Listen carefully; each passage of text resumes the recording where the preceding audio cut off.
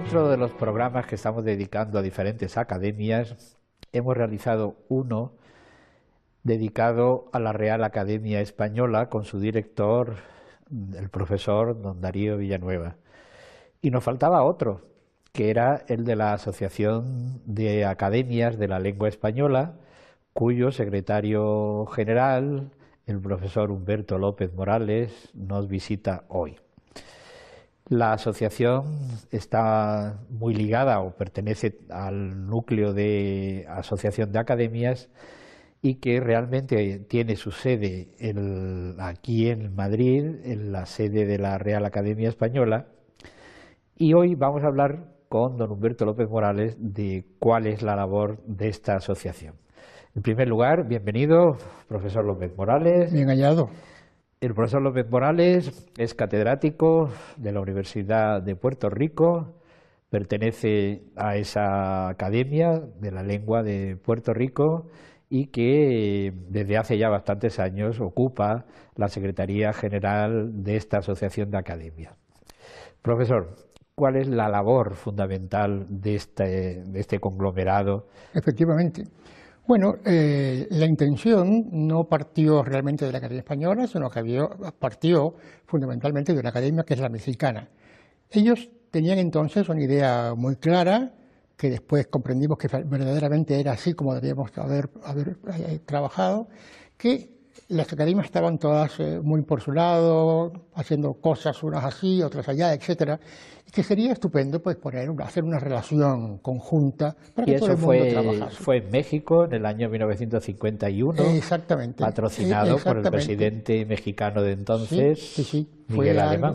Fue algo verdaderamente bueno, yo no estaba allí para verlo, evidentemente, pero después que he visto cosas y que he leído cosas, me he quedado muy emocionado de ver cómo aquella gente, con una estupenda gana de hacer cosas bien hechas y de aprovechar aquellas circunstancias que daba la vida para que las academias se pudieran reunir entre ellas, pues aquello fue una cosa muy bonita y muy interesante. Después ya las cosas fueron mejorándose, como siempre sucede, evidentemente, pero aquel inicio fue un inicio verdaderamente conmovedor en muchos sentidos. Y la función fundamental de todas las academias, incluidas la de Madrid, la Real Academia, cuya ejerce la presidencia de la asociación, pero fundamentalmente es velar por la unidad del idioma y velar también por el buen uso del idioma, ¿verdad? Eso es algo absolutamente fundamental. No es lo único, ciertamente, pero es, desde luego, lo más importante de todo. Porque, desde luego, no se puede pensar en que una academia por aquí y otra por allá puedan hacer cosas conjuntas. Eso es una utopía que no es posible. Por lo tanto, lo primero que hay que hacer es unirlas. Y eso fue lo que se hizo, no necesariamente en ese primer congreso, pero ese primer congreso fue ya la etapa inicial. Cuando se hace el segundo congreso, que se hace ya en España, pues entonces efectivamente ahí es cuando las academias se unen y empiezan a actuar, desde luego, ya en consecuencia. Además hay un hecho significativo, puesto que está unido a la realidad política de entonces, es que en el año 1951 las relaciones de España con México no eran muy buenas, por decirlo de alguna manera, debido a que allí había muchos republicanos y el sistema franquista realmente parecía que no estaba bien visto, ¿no?, esas relaciones con México. Afortunadamente eso se deshizo, el segundo congreso ya se realizó aquí en España y desde entonces la unión ha hecho o ha resultado tener muy buenos frutos, ¿no? A pesar de los pesares, porque como muy bien dice usted, efectivamente la Academia Española no tuvo presencia en absoluto porque el gobierno de Franco prohibió totalmente a los académicos que viajaran a México para esto. Y claro, ese es un primer momento que a uno le sorprende y a uno le parece que será tremendo y fundamental para el próximo camino del encuentro, etcétera, etcétera. Pero sin embargo no fue así. O sea que cuando se hizo el primer congreso, que se hizo ya aquí en la Academia Española, aquello fue miel sobre hojuelas y ahí empezó realmente una especie de amor especial, ¿verdad?, entre todas las academias. Es que es lógico, puesto que si tenemos una lengua común, pues aunque haya diversidad de manifestaciones lingüísticas, ni que decir tiene que en el Río de la Plata, Argentina, no se habla igual que en México, o en México igual que en Valladolid. Pero eso es una riqueza de la lengua española, que es pero muy rica en sus diversas variedades lingüísticas, ¿no? Eso es verdad, muy cierto. Lo más importante de todos es que, a pesar de que claro que hay esos pequeños desvíos de la norma general, etcétera, etcétera, todos nos entendemos estupendamente bien. Que puede que haya una palabra que nos suene raro, basta decir eso, ¿qué significa eso? Tal, y ya está. Y se sigue adelante sin ningún tipo de problema. La trayectoria de las academias en cada uno de los países viene fundamentalmente después de la independencia. La primera fue ¿Cuál fue la primera la primera academia que se fundó?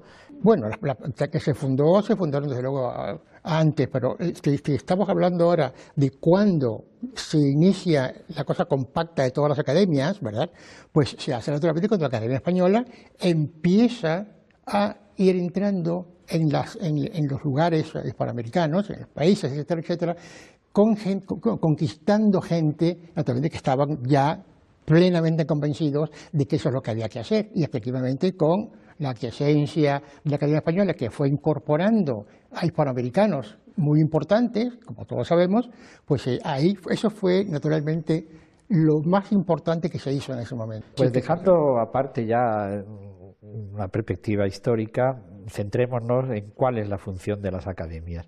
Y realmente lo que sí es cierto que la trayectoria del uso y la buena guía de la lengua española, habría que distinguir dos periodos, donde era la Real Academia Española la que ponía orden y limpiaba y fijaba y daba esplendor, y una segunda etapa de no hace mucho, donde ya se hace todo conjuntamente.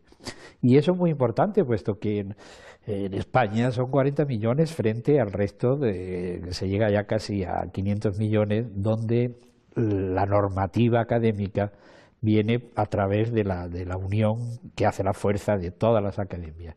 Y yo creo que, si no me equivoco, empezó por la ortografía. ¿Qué sucedió en el terreno de la ortografía para que hubiese La realidad es que mucha gente de los que intervinieron de primera mano en las academias americanas estaban pero súper convencidos de que desde luego en la unión estaba la fuerza, y que la Academia Española podía decir A y después en otro lugar podía decir B, etcétera, y que sí no se llegaba a ninguna parte. Y desde luego trabajaron con mucho tesón y por supuesto con muchas ganas de buscar la unidad. Y eso lo consiguieron gracias a que la Academia Española bajó un poco lo que tenía que bajar y empezó a llevar gente muy importante de América, de Hispanoamérica, y ponerlos allí en sus listas. Eso fue algo muy importante, fundamental. Y de ahí ya empezó entonces a congraciarse una cosa con la otra con la una, etcétera, etcétera, y comprendieron que para vivir en consonancia, que es lo que todos queríamos, ya desde aquel primer momento, había que naturalmente hacer un esfuerzo por no pensar, no, esto es lo mío es lo mejor y es lo único que va a haber, sino todo lo contrario, vamos a ver entre todos qué es lo que puede ser mejor para todos, qué es lo que más nos conviene, etcétera, etcétera. Y fueron desde luego todos. Mira que se ha acusado muchísimo de que los académicos de aquí, tal, que si son así, que si son duros, que si no. Eso es completamente falso. Bueno, hubo también por respecto a la ortografía, hubo también sus discrepancias. Me refiero al caso particular de García Márquez, que pretendía, como ya pretendió en su momento aquí en España Juan Ramón Jiménez, hacer una ortografía de escribir como se oía, ¿no? No tuvo éxito ninguno en el terreno, puesto claro que es necesario siempre tener una normativa para esa unidad y fijeza del idioma, y que realmente pues ha hecho que esta ortografía saliese con el beneplácito de todas. Beneplácito que después se unió al de la gramática. Eso es muy cierto. Uno de los grandes méritos que merecen mucho aplauso de la Academia Española es que, llegado a un momento específico a lo largo de este siglo y medio, etcétera, etcétera, llegó a la conclusión de que las cosas o se hacían comúnmente entre todos o aquello no iba a ninguna parte. Eso fue una prueba de valentía extraordinaria de la Academia Española, porque anteriormente no había sido siempre así, en esos términos. Pero ahora ya todos estamos trabajando conjuntamente desde hace ya algún tiempo. De manera que ahora no hay el menor problema de que, qué cosa tan rara, si la Academia Española dice que esto es blanco y después viene la otra y dice que es negro, ¿qué es esto? Eso ya es absolutamente imposible. Hay mucho trabajo, por supuesto, hay mucha buena voluntad por parte de todo el mundo y sabemos todos, que no es posible tener, por supuesto, varias cosas por aquí, otras tantas por allá, etcétera. No. Si queremos ser serios e ir adelante, como sí queremos, pues vale la colaboración de todos nosotros. Y el que tenga que decir, hombre, sí, efectivamente, eso no lo veamos nosotros, pero sin embargo entendemos. O sea, no hay que poner trabas donde no hacen falta. Sí, y entonces, ortografía, gramática, unidos todos. Un tercer factor que es el diccionario. Digo el diccionario general. Me referiré después a los otros diccionarios, las otras tipologías. ¿Qué se ha logrado a través de este trabajo de la Asociación de Academias? Introducir la 23ª edición del diccionario del español, ya no se llama de la RAE, sino de la lengua española. El DELE se va a llamar de ahora en adelante. Muy bien, pues en realidad la cosa ha tenido sus puntos estupendos, sus puntos más o menos álgidos, etcétera, pero todo eso ha llegado a la unión de todo el mundo, porque todo el mundo quiere evidentemente lo que sea. Ahora, que todos esos términos tengan y puedan ir al diccionario mayor es una locura que no ha pensado nadie, evidentemente, porque sería algo, es posible que una palabra que se utilice en un país o en una parte de un país vaya a estar en ese diccionario mayor. No, para eso está el diccionario de americanismos. No había ninguno. Había efectivamente muchos deseos, muchos buenos motivos, y creemos, porque tenemos, que tal. Pero en realidad, hasta que no empezamos a trabajar en nuestro diccionario de hispanismo en general, pues aquello no fue adelante. Es decir, que el diccionario general se ha limpiado de muchos americanismos que no tenían mucha vigencia en la actualidad, el diccionario general. Y aparte de todo eso, y se han introducido, ni que decir tiene, americanismos, voces nuevas, se ha realizado, y eso bajo la dirección de Humberto López Morales, el diccionario de americanismos, que es un diccionario no solamente útil, sino utilísimo para ver aspectos de que son argentinismos o mexicanismos o cualquier tipo de manifestación. Claro. Ese diccionario ha sido muy importante, ¿no? Sí, yo creo que sí. Pero desde luego la Academia Española ha tenido el cuidado de decir, bueno, vamos a poner un límite. Es decir, pues entonces aquellos términos que se usen, ¿verdad?, en 3 países americanos o en más de 3, van al diccionario mayor. Pero claro, si solamente se maneja ese término en un país o en una parte de un país o en 2, pues evidentemente eso sería ya tener un diccionario verdaderamente pues mastodóntico, y eso no es lo que queremos.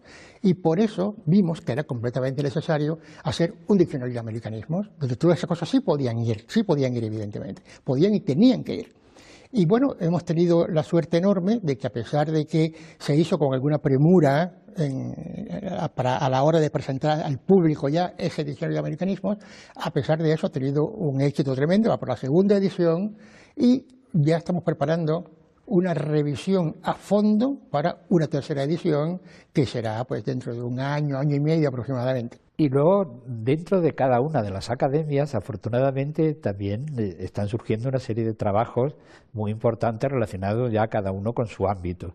Diccionario de mexicanismos, diccionario de argentinismos, me parece. Sí, en fin, sí. De chilenismos. Eso es, y que están haciendo también el modo, unas peculiaridades recogidas en estos diccionarios de cada uno. Y además, no solamente los diccionarios específicos de cada zona, sino también tienen sus boletines, ¿no?, sus publicaciones, tanto la Academia Norteamericana de la Lengua Española, de la cual yo también me honro en ser académico correspondiente, como usted, pues tienen sus glosas, ¿no?, su revista, también tienen una revista digital, la Academia Argentina, es decir, que están también produciendo una serie de trabajos, de investigación sobre los modos específicos de hablar en estas zonas. Sí, y además algo muy necesario, efectivamente.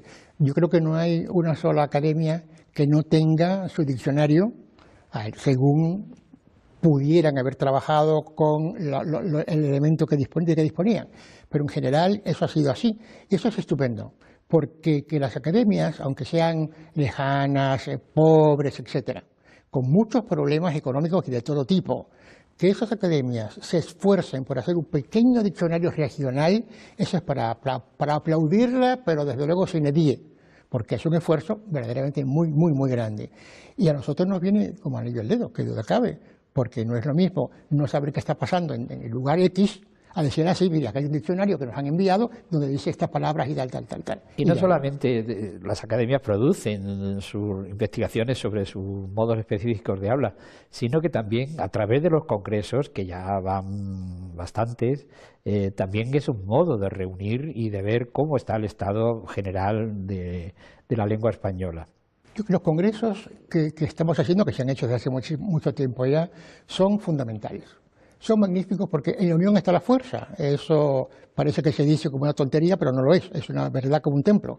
Y efectivamente las personas que puedan ir allí, por supuesto que invitamos a los directores y a otras personas que no son los directores, como pueden ser pues yo, pues lo que fuesen. 2 personas, pues eso sí, pero después hay muchas otras que sí que pueden, motu propio, que pueden ir, etcétera, y se den cuenta de lo que se trabaja, cómo se trabaja, lo que verdaderamente tenemos que hacer y lo que no tenemos que hacer, etcétera, etcétera. Yo creo que los congresos han sido y siguen siendo absolutamente fundamentales, no solamente por lo que acabo de decir, sino que además pues ayuda muchísimo a obtener amistades y dice, pero si me han dicho que está usted trabajando sobre tal cosa, y a mí también me gustaría, ¿por qué nos ponemos de acuerdo? Y tal, ese tipo de cosas que son verdaderamente muy importantes para todo absolutamente. Y dentro de esos 500 millones de hablantes hay 2 fundamentalmente que merecen al menos la atención que según considero yo. Uno es el español en Estados Unidos, que va a tener una fuerza importantísima dentro de nada, casi 50 millones, mucho más que España, ¿no? Y la segunda, la de la nueva creación de la Academia Guineana de la Lengua Española. ¿Cómo está ese proceso? Bueno, vamos a empezar al final. Lo de la Academia Guineana está todavía en proyecto. Ya se verá durante un tiempo importante. El gobierno anterior de España, por ejemplo, que se negaba totalmente por miedo a que hubiese infiltraciones de otro tipo, etcétera, etcétera. Pero parece que el gobierno actual sí está dando libre paso y las cosas van marchando adecuadamente. No creo que este año pueda llegar a hacerse nada importante, pero el año próximo sí, sin duda alguna. Ellos también mandan 2 o 3 representantes a nuestros congresos. Y por supuesto, desde ahora todos estamos completamente decididos a que efectivamente esta academia viva. ¿Y el español en Estados Unidos? Bueno, yo creo que eso es algo imparable. Imparable. Dentro de muy poco tiempo, los Estados Unidos tendrán el mayor número de hispanohablantes de todos, incluyendo México. Ya están ahí cercanos, acercándose cada vez más. Pero aquello es que no pasa. O sea que uno ve, por ejemplo, cuando se hacen algunas investigaciones y demás, uno ve cómo están los estudios de primaria y de secundaria del español en los Estados Unidos y uno se queda absolutamente atónito, porque desde luego nada más, ni el francés, ni el alemán, nada, ninguna lengua extranjera puede competir con el español ahora mismo en los Estados Unidos. Y seguramente que si vamos a analizar otras partes de Europa, vamos a encontrarnos con algo parecido.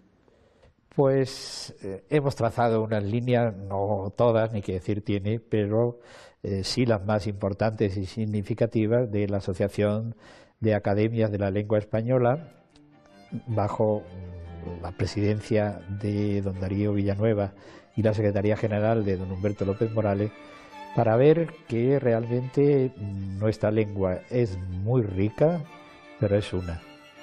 Muchas gracias, profesor López Morales, por estar con nosotros. Muchas gracias a ustedes por la invitación. Muy bien.